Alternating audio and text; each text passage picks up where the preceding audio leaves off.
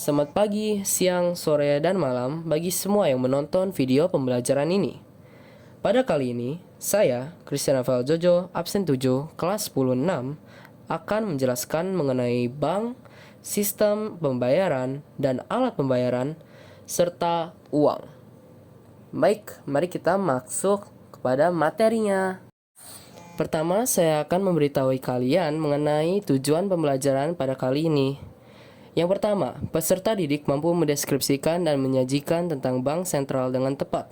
Yang kedua, peserta didik mampu mendeskripsikan dan menyajikan tentang sistem pembayaran dalam perekonomian Indonesia. Yang ketiga, peserta didik mampu mendeskripsikan dan menyajikan tentang alat pembayaran dalam perekonomian Indonesia dengan sistematis dan tepat. Yang keempat, peserta didik dapat menjelaskan sejarah uang. Yang kelima, peserta didik dapat menjelaskan dan mengerti mengenai pengertian uang.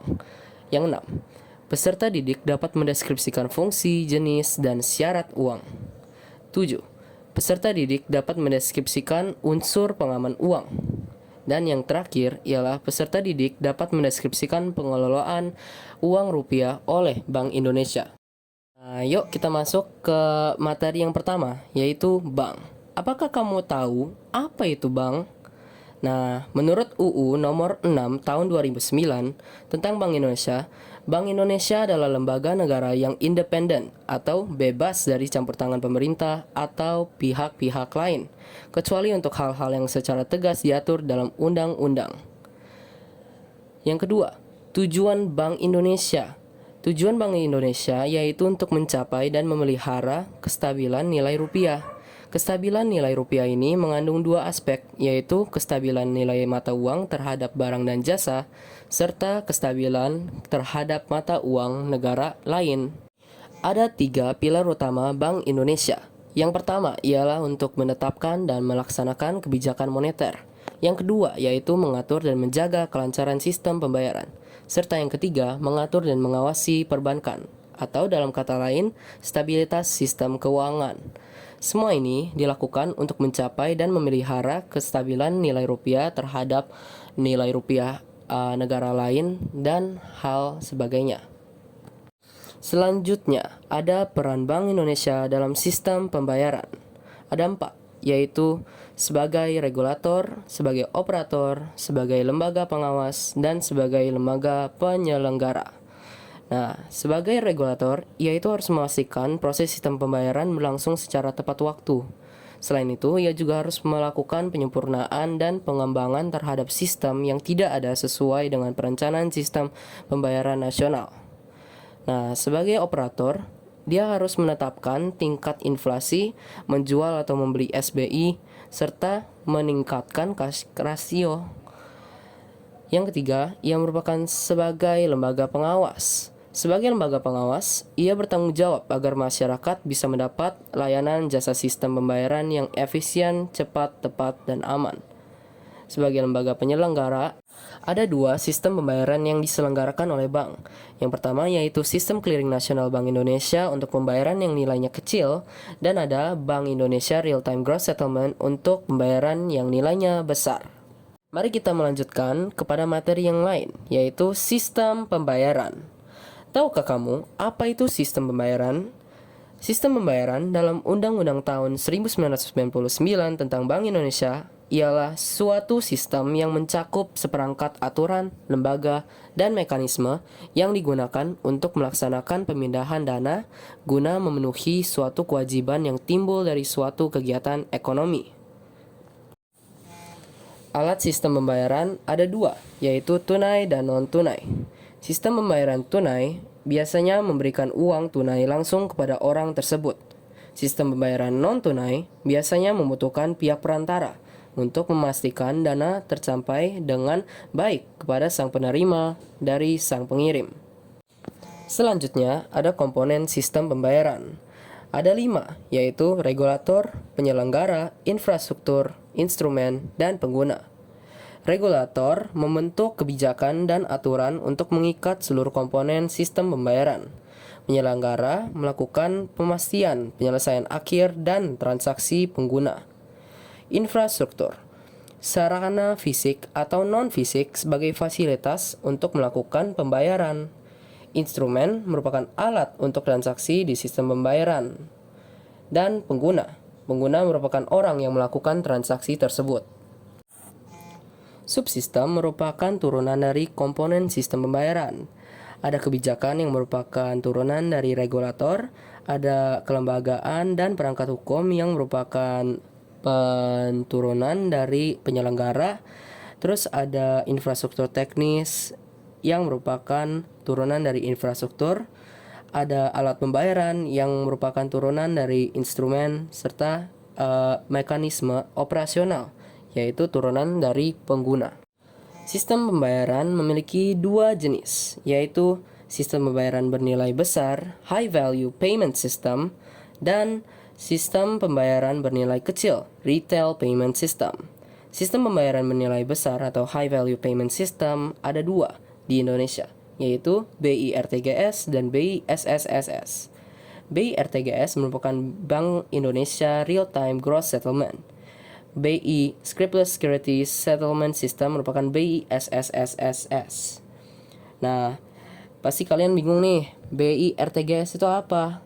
BI RTGS itu sistem transaksi atau transfer dana set elektronik antar bank dan menggunakan uang rupiah, serta dilakukan secara real time, yaitu waktu asli. Terus ada BI SSSS.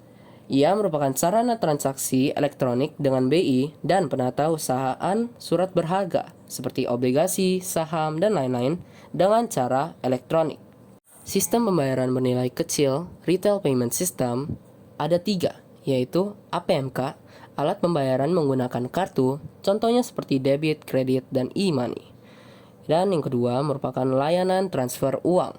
Yang ketiga merupakan sistem clearing nasional Bank Indonesia. Nah, akhirnya kita sampai nih di materi uang. Nah, apakah kalian tahu apa itu uang? Jenisnya apa? Fungsinya apa? Unsur pengamannya apa dong? Syaratnya apa? Wah, banyak banget. Sekarang saya akan menjelaskan semuanya. Pengertian uang. Uang dalam ilmu ekonomi tradisional didefinisikan sebagai setiap alat tukar yang dapat diterima secara umum. Alat tukar itu dapat berupa benda apapun yang dapat diterima oleh setiap orang di masyarakat dalam proses pertukaran barang dan jasa.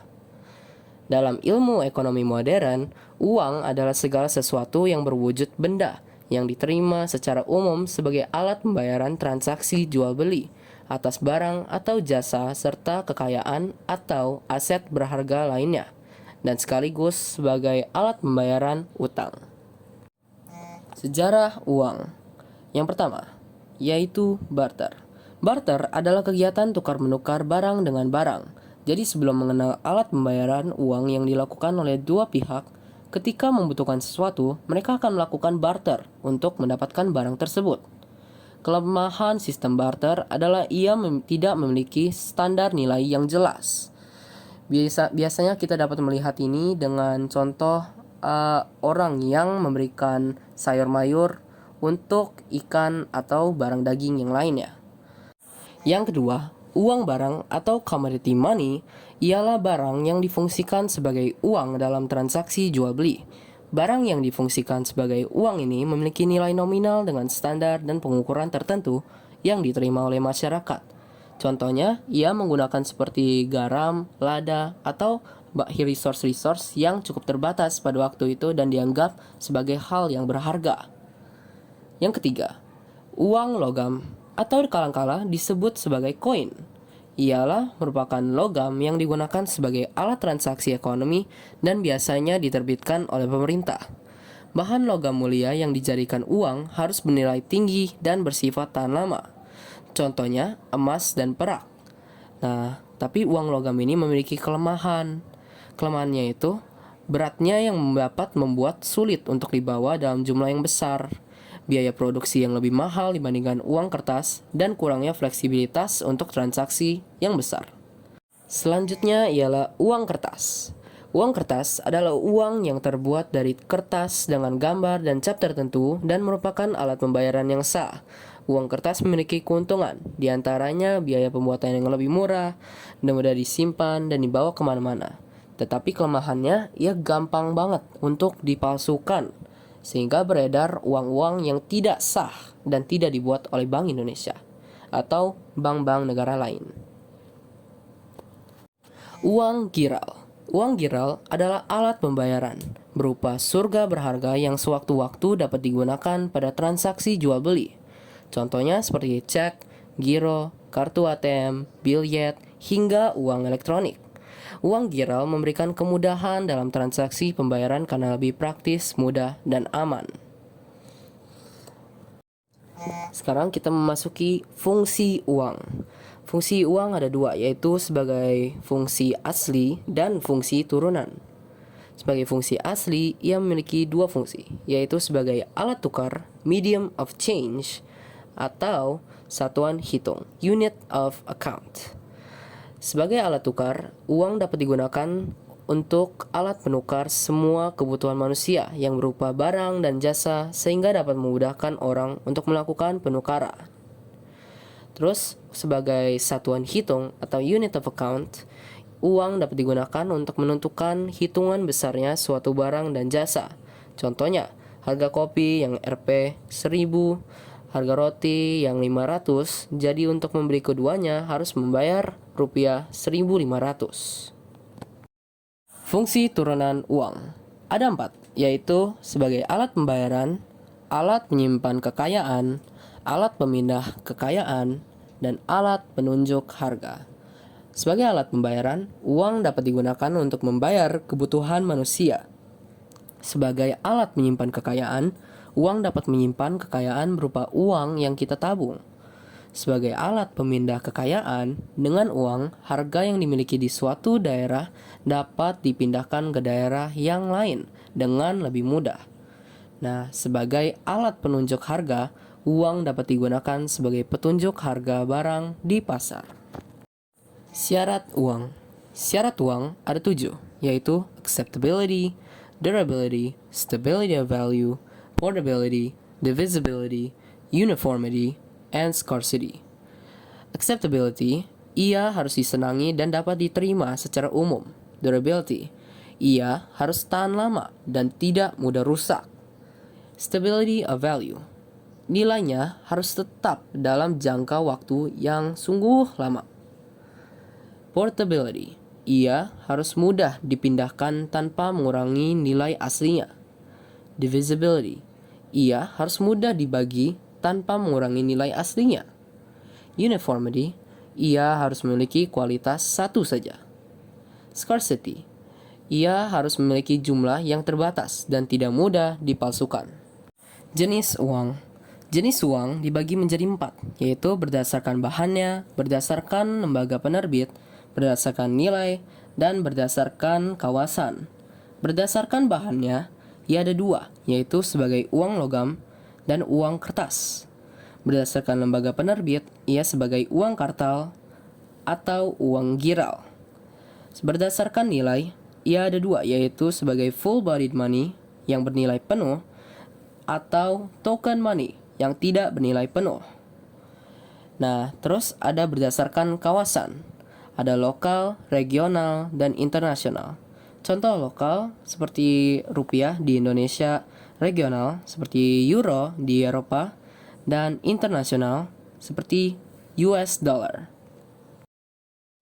Tahapan pengelolaan uang rupiah di Bank Indonesia ada 5, yaitu yang pertama, perencanaan. Ia harus berkoordinasi dengan pihak lain seperti pemerintah kantor perekonomian, inflasinya pada market, serta merencanakan pencabutan dan hasil ke depan setelah penerbitan. Yang kedua, pencetakan. Bank Indonesia minta cetak dari Perum Peruri, Perusahaan Umum Percetakan Uang Republik Indonesia. Yang ketiga, pengeluaran dan pengedaran. Ia memberi kabar dan mengeluarkan uang kepada masyarakat. 4. Pencabutan dan penarikan. Ia mencabut nilai rupiah yang lama dan digantikan dengan nilai rupiah yang baru. Selanjutnya ialah yang terakhir, pemusnahan. Tahapan di mana ia menghilangkan nilai yang lama secara penuh sehingga tidak tersisa lagi. Unsur pengaman pada nilai uang ada latent image, mini text, lambang negara, OVI, watermark, microtext, blind code, recto verso, dan intaglio. Salah satu unsur pengamanan yang lain ialah 3D, dilihat, diraba, dan diterawang. Dilihat, Anda dapat melihat jika ada hal seperti intaglio atau latent image yang hilang, yang tidak ada pada kertas. Diraba untuk merasakan bila kertas tersebut terasa otentik atau tidak. Dan diterawang, contohnya seperti menggunakan lampu dan menyinarinya melalui uang tersebut sehingga terlihat gambar untuk diketahui bahwa ia asli atau tidak. Biasanya bila dia asli, watermark akan terlihat. Terus ada fungsi unsur pengamanan. 1. Sebagai alat pengaman. 2. Sebagai fungsi estetika. 3. Sebagai pembeda pecahan dari mata uang yang lainnya. Baik, sekian dari saya. Terima kasih telah memberikan waktu dan mendengarkan hingga akhir ini. Mohon maaf jika ada salah kata. Sekian, bye.